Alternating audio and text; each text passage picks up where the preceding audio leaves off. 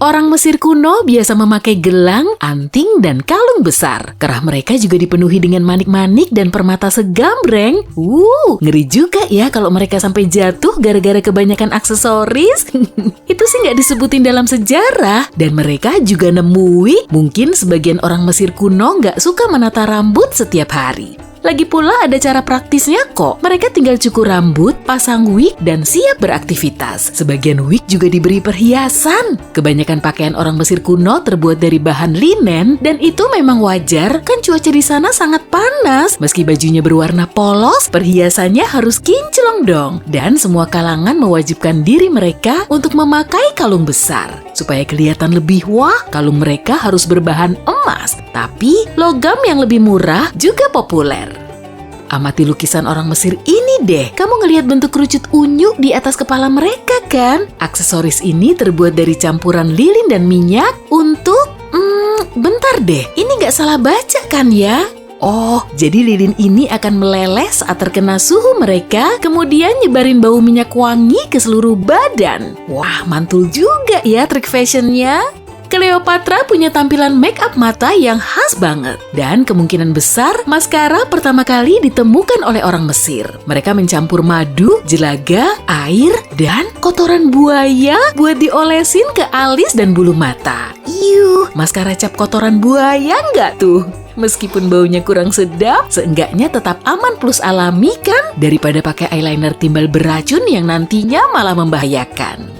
Bangsa Yunani kuno juga mengadopsi cara berpakaian orang Mesir, tapi baju mereka berbahan wool. Kebanyakan juga berwarna putih, jadi nggak terlalu bervariasi. Tapi kalau mau bikin warna lain, mereka bisa pakai pewarna dari serangga. Dan cara ini ternyata masih dipakai di zaman now loh. Jangan-jangan permen yang udah kamu makan juga punya pewarna dari kumbang tuh. Lipstikmu gimana? Coba cek juga. Mwah! Kalau kamu hidup di zaman Yunani kuno, baju katunmu bisa dijadiin sebagai lambang kebesaran. Pada saat itu, cuma kalangan bangsawan yang bisa memakai baju berbahan katun. Dan kalau kamu masih nyepelein sepatumu yang berderet-deret di rak itu, ingat ini baik-baik ya. Kebanyakan orang Yunani kuno cuma bisa nyeker karena mereka nggak punya hak istimewa buat pakai sepatu. Sama seperti di Mesir, orang Yunani juga menggunakan wig yang terbuat dari rambut alami. Baru kemudian, di abad pertengahan, mereka membedaki wig mereka supaya tercium bau lavender atau jeruk. Dan saat itu belum ada sabun, jadi cara ini bisa menyamarkan bau tak sedap. Pakaian orang Romawi kuno sangat mirip dengan bangsa Yunani. Dan pakaian ini terdiri dari toga dan tunik. Tunik bisa dipakai oleh khalayak umum, sementara toga cuma dipakai oleh kalangan bangsawan untuk melapisi tunik. Ukuran toga sangat besar dan panjangnya bisa mencapai 5,5 meter. Gak kebayang sih, pasti cara pakainya ribet banget dan perlu bantuan orang lain. Tapi model pakaian mereka bisa dibilang keren kan? Kalau menurutku sih iya. Baju ini kayaknya bakal bikin ribet ya kalau dipakai buat cuci piring. Dan para member asosiasi daster mania pasti bakal milih daster. Para wanita di zaman dulu biasa memakai blow berlengan super panjang untuk nunjukin status ningrat mereka. Bayangin aja kalau kamu harus pakai baju ini selagi ngepel. Lengannya aja bisa 13 cm lebih panjang dari lengan baju biasa. Dan meskipun bikin ribet, baju ini tetap ngehits di Prancis selama abad pertengahan.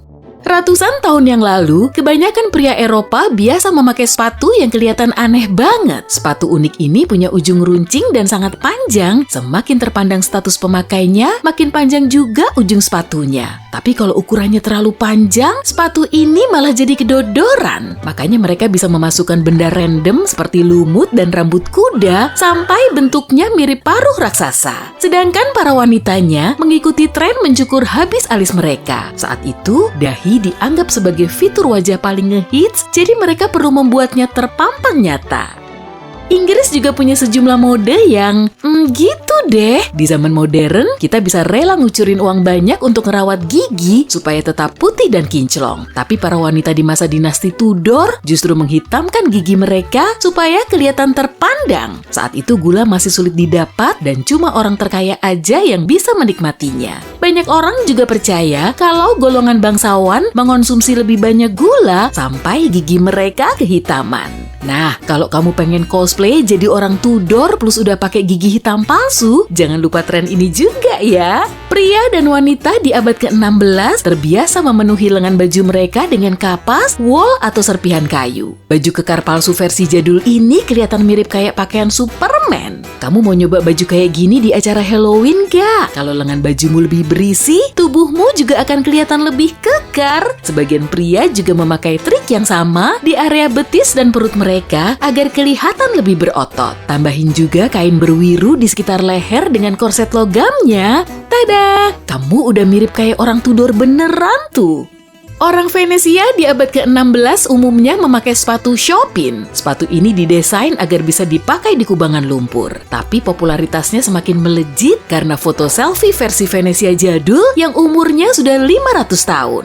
Chopin bisa bikin pemakainya kelihatan lebih tinggi sehingga lebih terkesan sebagai orang penting. Para fashionista di masa lalu juga minta dilukis saat mereka memakai sepatu ini biar orang lain iri kan? Iri bilang bos, gitu kali ya.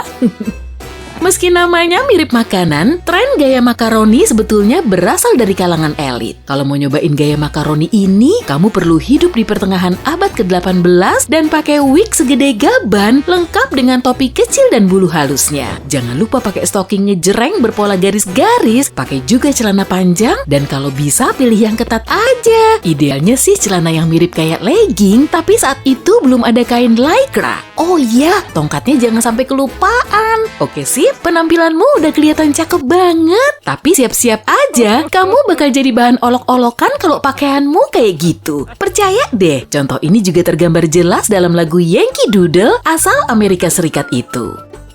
Fashion di abad ke-19 juga nggak kalah heboh. Gaun besar berlipat-lipat memang lagi hot kala itu. Gimana enggak? Pakaian kayak gini sering banget kebakar. Berbagai tulisan juga nyebutin kalau gaun ini bisa terbakar habis cuma dalam waktu 1 menit. Ngeri banget kan? Kaos kaki mereka terbuat dari senyawa beracun anilin yang pastinya sangat membahayakan. Mereka juga memakai merkuri, lalu topinya terbuat dari bulu, dan si pembuat topi juga memakai merkuri untuk nempelin bulu menjadi flanel. Pemakai topi ini udah pasti langsung menghirup gas beracun dan zat berbahaya lain. Dan gak cuma itu aja loh, ternyata di dalamnya juga ada arseniknya. Orang Inggris di zaman Victoria bikin pakaian warna hijau dengan proses kimiawi panjang. Dan mayoritas pewarnanya mengandung racun. Tapi pakaian warna hijau ini dipatok dengan harga selangit, jadi cuma sedikit orang yang terpapar racun. Biar lebih afdol, para orang kaya di era ini juga nyemir rambut mereka dengan warna paling ngehits, yaitu coklat chestnut. Untuk menghasilkan warna ini, mereka menggunakan senyawa ampuh asam sulfat yang mampu mengubah rambut hitam legam menjadi coklat. Jadi bisa dibilang mereka sengaja memasukkan racun ke dalam tubuh.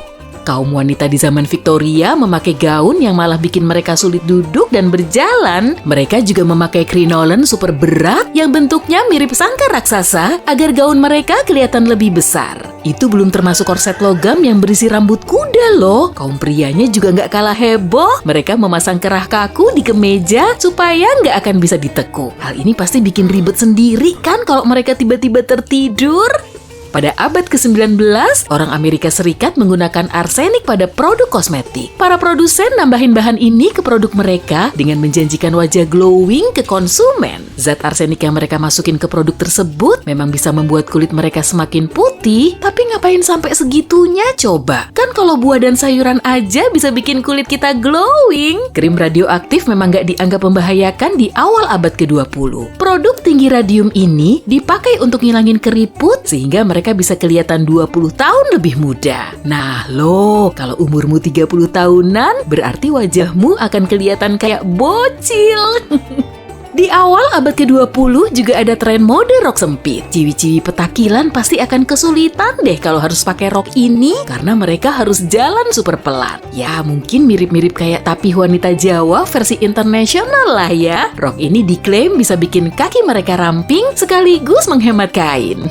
Namanya juga kreativitas tanpa batas.